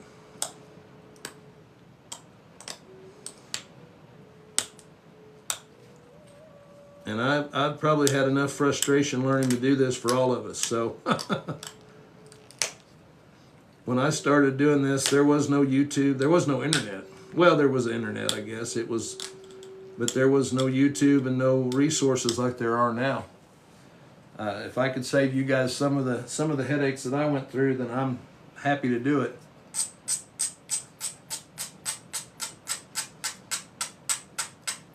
Because it can be very frustrating, and you'll still have days, even after you've been napping for a while, you'll have days where things just aren't clicking right, or you know, you're a little sore or whatever it is, but you just can't get the rhythm the way you want it.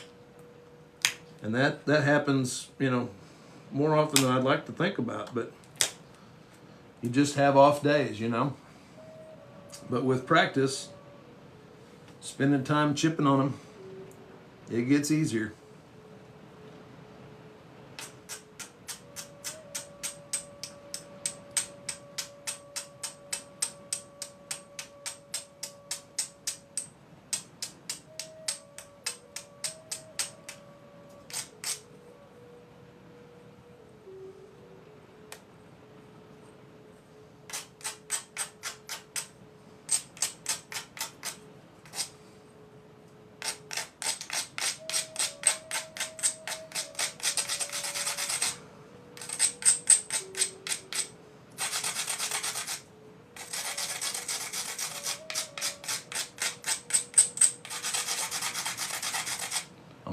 Now, if you look at this, it looks like I'm grinding the edge, but I'm really not. I'm holding this tool or this hammerstone at an angle like this. So I'm not dulling that edge. I'm in the same plane as the platform. And what I'm doing is I'm smoothing it out, and I'm making a spot where when I set this tool up against it, that I'm going to make contact with one little spot, because I'm going to get the sharpest initiation that way. The more area of contact that you have with your tool on the edge, the larger the initiation of that flake is going to be. And at this stage, I'm trying to get this lit. At this stage, we don't want big initiations. We want sharp, well-directed flakes, not big fan-out flakes, because at the stage that we're at, if we do that, we're gonna lose the convexity. It's gonna start throwing us out of whack. So, do some more pressure flaking here. Like I said, these are very pressure heavy. Hey, no worries, Blake. I'm just, like I said, if I can help you guys, then that's what I'm trying to do.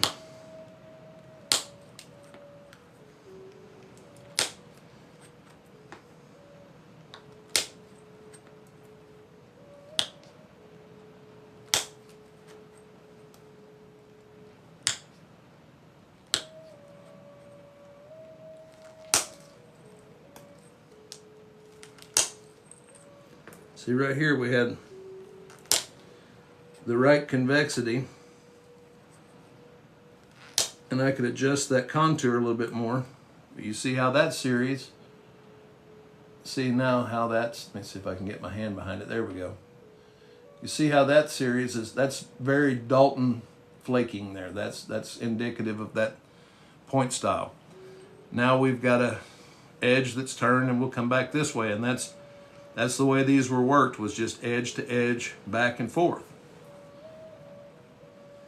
And you're adjusting the contours and trying to get everything rounded so your last series of flakes will meet up and you clear off the whole piece. That's typically, well, it depends on the Dalton style.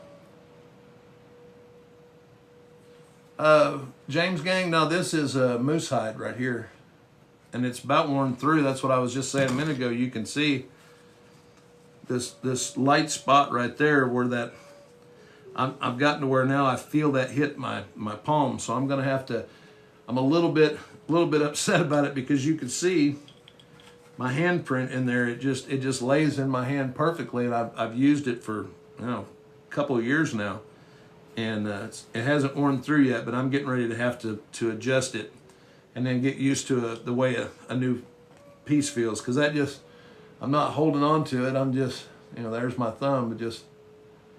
It sits there. But yeah, it's well, the back side of it is worn through right there from my hand. So, but it's worked out really well. That moose hide, pretty tough stuff. See if I can adjust over just a little bit and see if that feels weird. But again, now this, I'm just going back over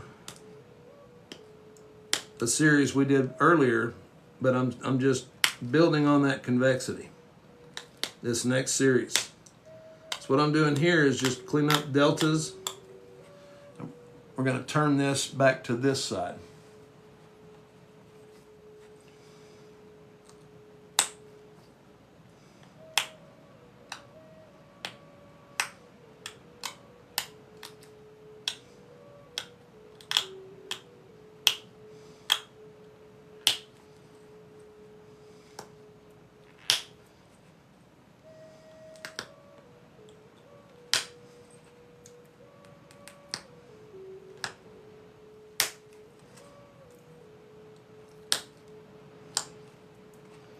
All right, now you can see from the tip on that one just how nice and rounded this is.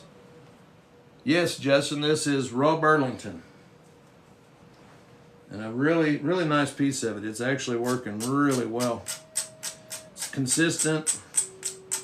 It's tough, but it's consistent, and I like that because, well, it was a preferred tool by the Dalton culture where it was available, and it's because it's a tough stone that it holds its edge real well, but it's consistent when you get nice pieces of it. So got this little booger right there in front of my thumb. I'm going to see if I can kind of pull that off there.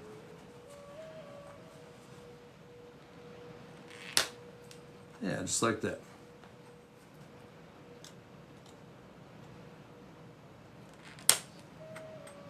See, as you're doing this, you're going to keep adjusting edges. Even though I already had this set up for this side, I noticed that little spot right there and a couple of other places on here, I could adjust that contour a little bit more, and you can see how I beveled that even a little harder towards this side.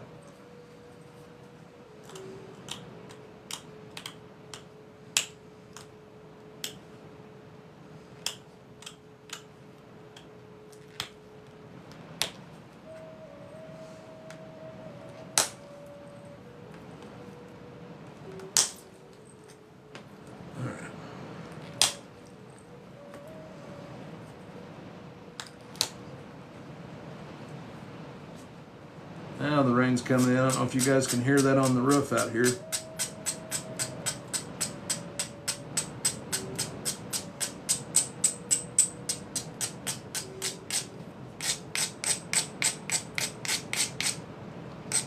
Now, as I'm working along that, you see that little area right there above my finger heights drop down? I'm actually trying to set this platform up to go this direction, but you see right there where that drop down spot is, how it actually, well, here comes my leak. built up enough water. Hold on just a second, guys. Let me get a bucket under this. Let me just, that'll work for now. Where do I have more coming in? We're gonna have more probably, so.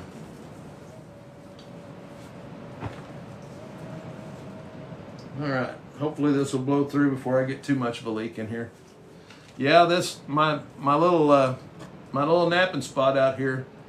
Oh, it's coming down hard here. We're getting a lot of rain right now.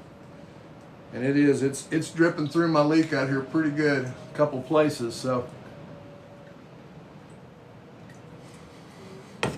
Like I said, that's okay. We need the rain, and it'll help me get some brush burnt. I don't have to worry about anything getting out, and that's always helpful. All right, gotta recollect myself here.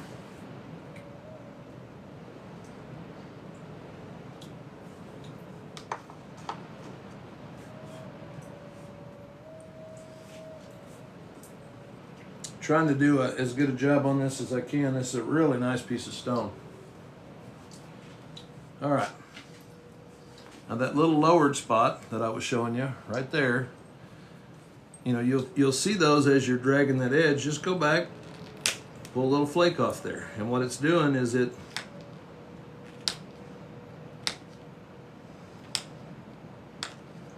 on.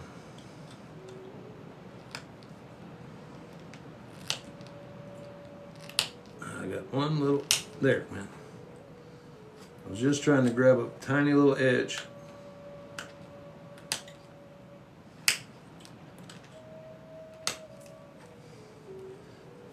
Now what I did by doing that is you'll see this edge now is a lot more uniform.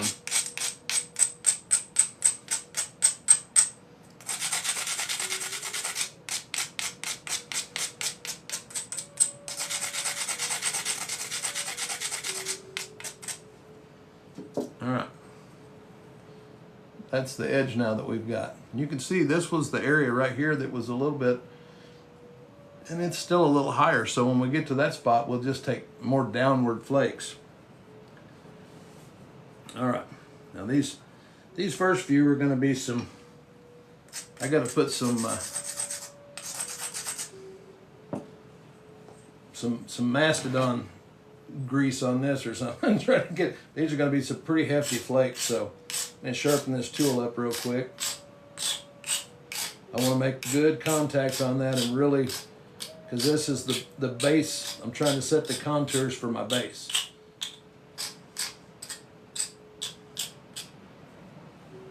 Let's see, I'll do this one too.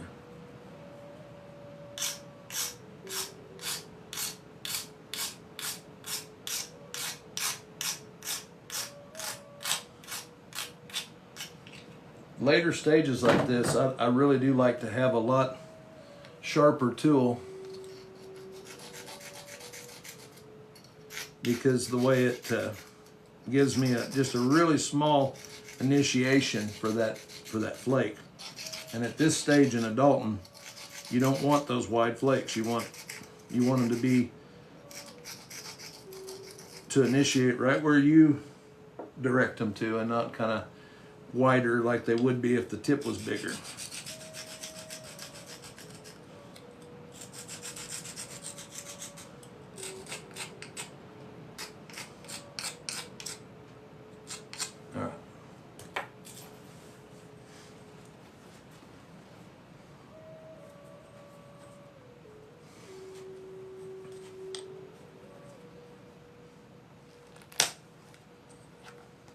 All right, here we go.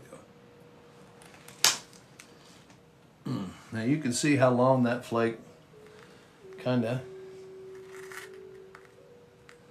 flake traveled all the way across from there to there on that piece. There was where it initiated and ended there.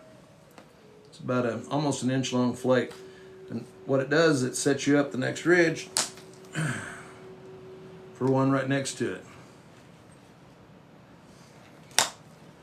And you just keep walking up that ridge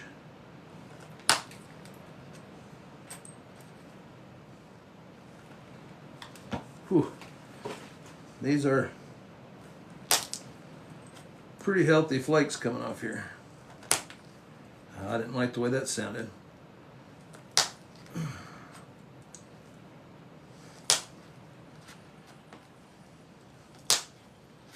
But these are going to go a little closer to the center and continue to build that convexity.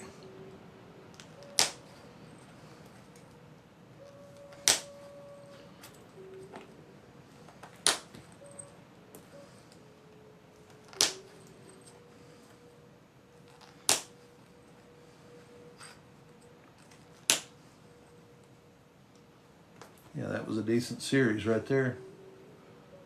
You can see how those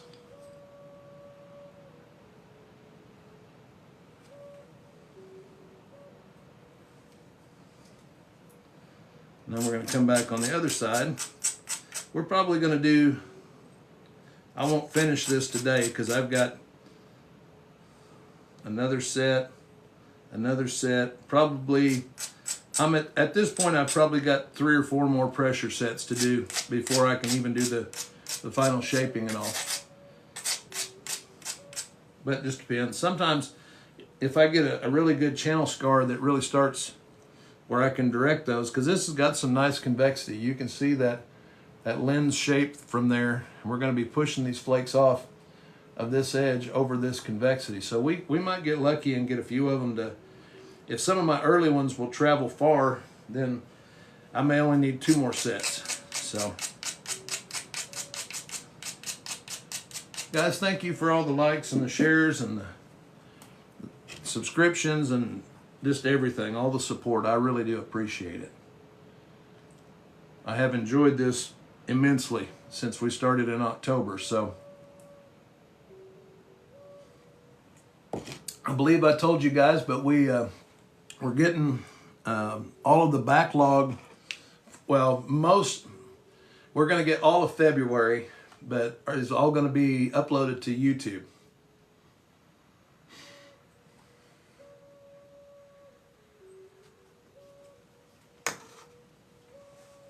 So we'll have available all of this stuff. You know, if you have to leave early and miss part of a live, any of that kind of stuff, you'll be able to go back and check it out from February, late January into February. So, but you bet, Blake, I appreciate you guys watching.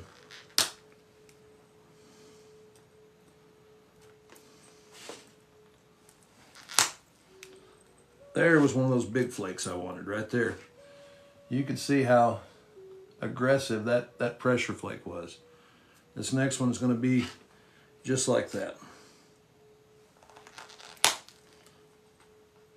It didn't travel as far, but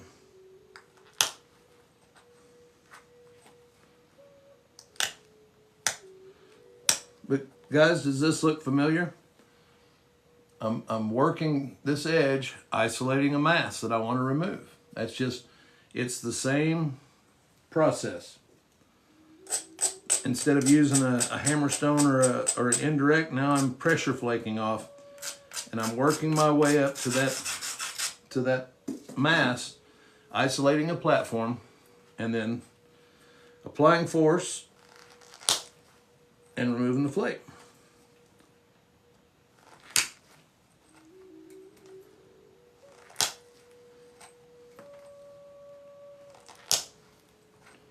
Yeah, these are not going as far as I wanted, but we're still keeping nice convexity. So that's the name of the game at this point.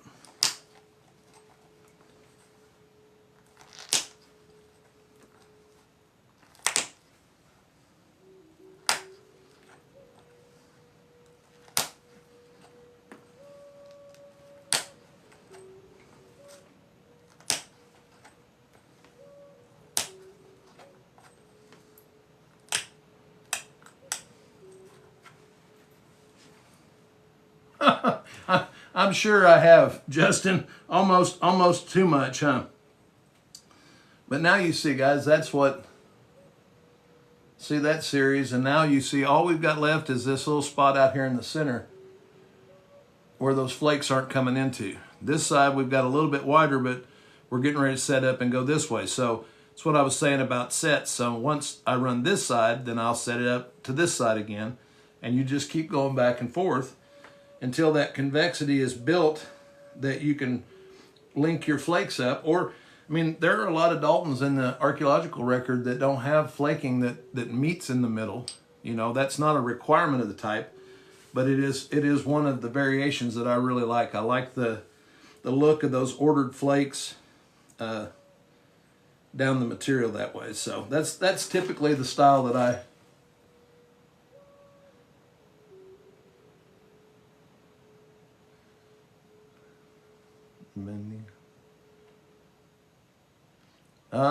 no entiende, Carmen. Habla inglés. Estoy empezando a entender más español, but I don't understand what you're saying there.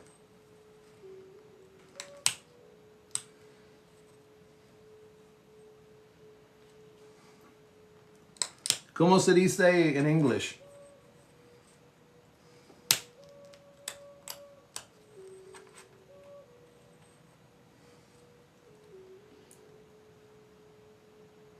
Siempre al doctor. Yeah, I don't. Something doctor, maybe, I don't. Been a while since I've dealt with any Spanish. I used to speak quite a bit of it. I just don't use it much anymore.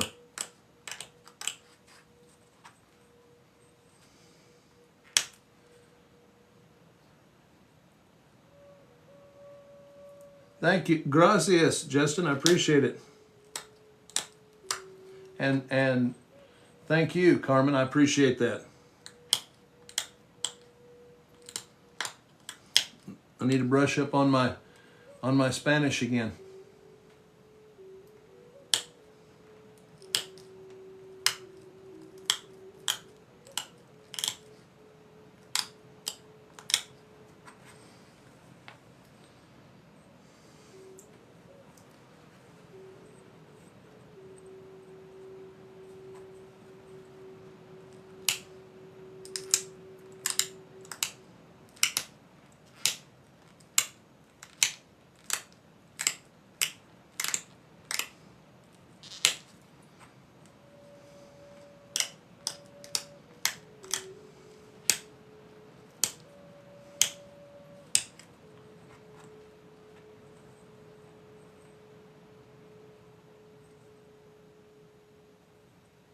Oh, well, thank you. I appreciate that.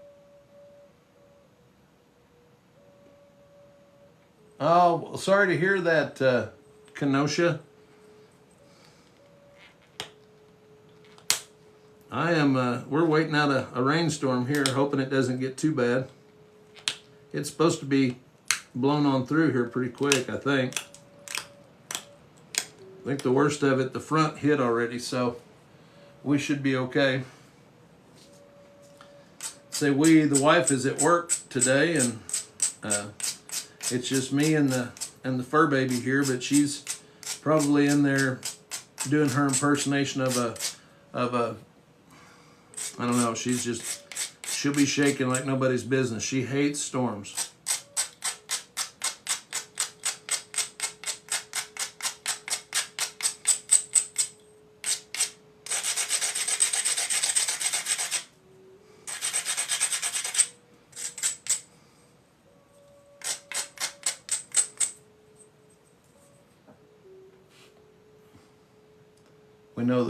We know the worst repetitive. Yeah, we claim it. Absolutely. I'll tell you what, the way I've slept in the last few days, or a couple of days, an NAP nap would be okay, but I'm afraid if I do that today, I'll crash out. I probably slept a total of maybe 6 hours in the last 2 nights, which, you know, I know that's not horrendous. When I was younger, I could do that, but man, nowadays, I'm really feeling it today. So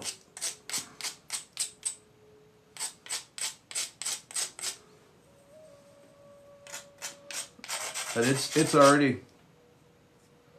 I took ibuprofen before I started the live, and then you know, just kind of soldiered through a little bit. Hopefully, I took a hot shower this morning to get started, and got to give the dog a bath today. Would not get her to get in there if it was raining, so I figured I'd get mine out of the way first. All right, we just got a few more minutes here. I'm gonna run this series of flakes, kind of recenter here for a second.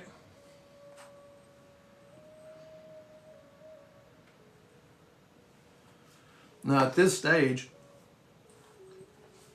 this is gonna look a lot thicker than you think it should. But you have to remember that as I take these flakes off, these ordered series flakes, they're gonna remove a lot of mass. And if you start off with it too thin, you're not going to have enough material. By the time that you get to your finished flakes, you're not going to have enough material to be able to put that last series in to make it look right. And like I said, there's Daltons that are made with, you know, different flaking patterns. I've seen them with more of a random type pattern. But just different areas have different styles of them, and I really do like these, the Burlington ones. A lot of them that were made from that, you can see these really nice ordered flakes. So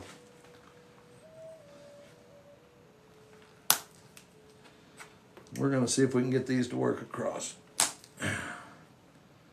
Oh yeah. I'll show you again, guys. See where I'm starting off that edge, and I'm now working and isolating that mass in front of that.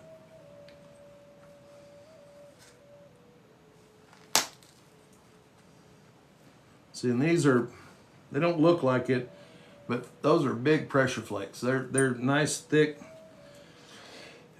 edge moving. And you can see how it's isolating that more and more as I go down that edge.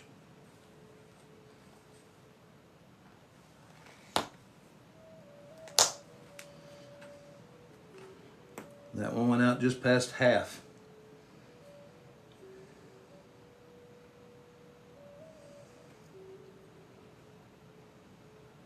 I actually am going to use the punch on this one here, but I'm going to isolate it and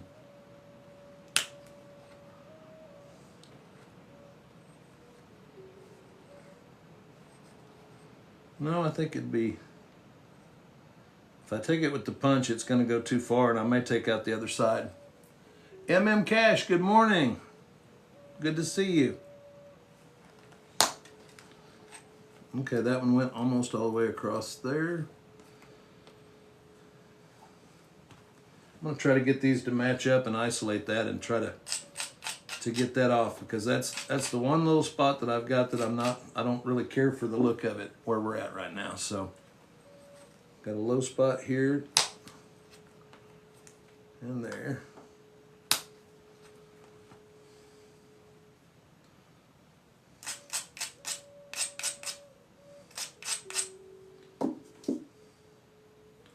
Yeah, I am going to take that with that punch.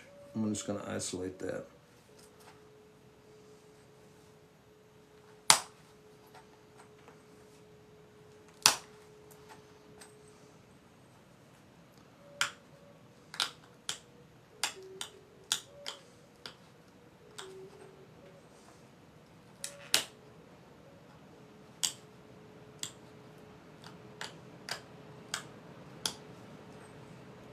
Well, here comes some more rain.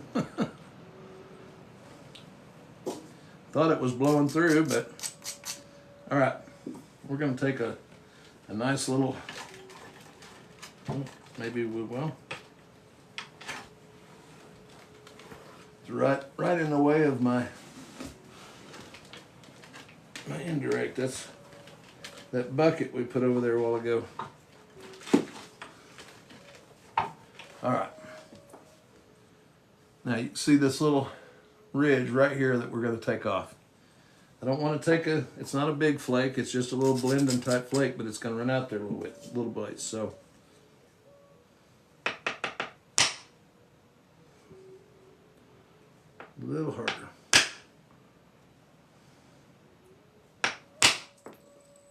Yeah, there we go. Yeah, that'll work. It got a little deep right there. I don't really care for that, but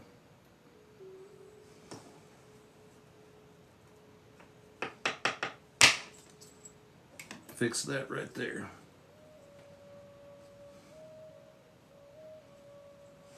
All right. Clean that up.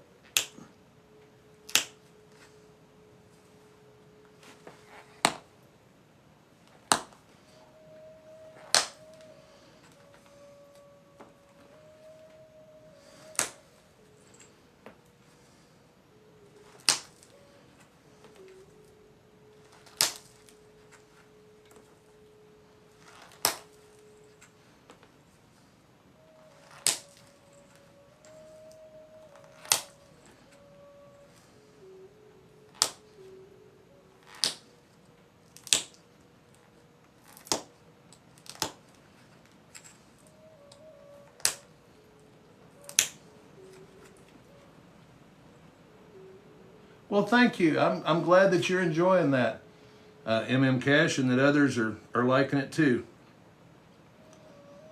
I'm glad. I've got a few more I'm getting ready to put up on there here in the next few days. I haven't been as good about uploading new stuff to that as I should be, so I will see if I can get on that and be a little bit better about it. There was a good flake. I needed that one.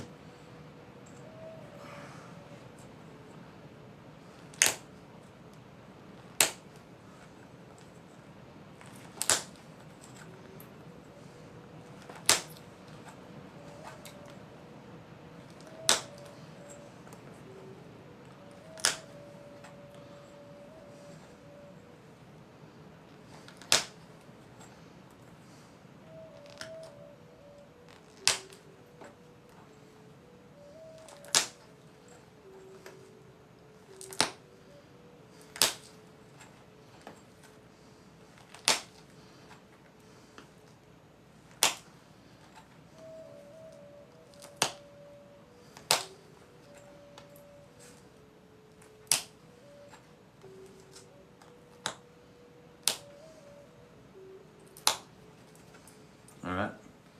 Now you can see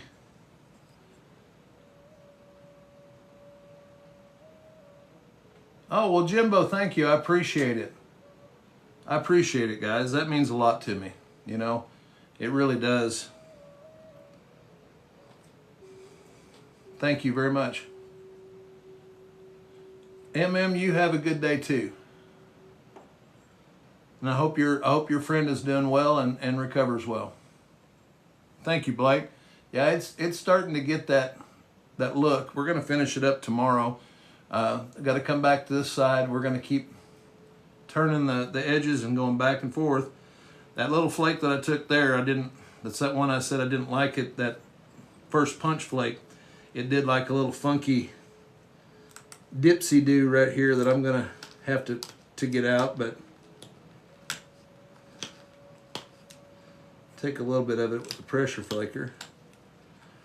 But we've got a little bit of material to give on that side, so we'll pick that one back up in the morning, and we'll easily finish that tomorrow. That's going to be a really nice Dalton.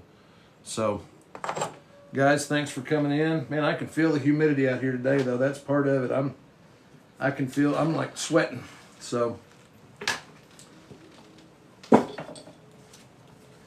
all right, guys, I'll be back on 8 o'clock in the morning, and then tomorrow night we're going to do the follower giveaway on this point right here. Got over, as of this morning, over 5,000 followers. So thank you guys for that too, for liking and sharing and really pushing the channel. So I appreciate you guys. We're going to do the giveaway on that tomorrow night, and I'm going to come up with the subscriber point for the month of March. So if I haven't heard back from the winner of last month's deal, which was the trash point or the trash napping giveaway, if I haven't heard back from them by the end of the day tomorrow, then, or after the live tomorrow, then I will redraw on that Wednesday night also. For subscribers, you don't have to be eligible or there to be eligible to win, so don't worry about that. But now the follower point, you'll have to be there, and I'll put out a post here in a little bit so to remind you guys, but I'll do that at the very first of tomorrow's nighttime live. So thank you for hanging out with me this morning. Take care of yourselves and those around you, and keep chipping.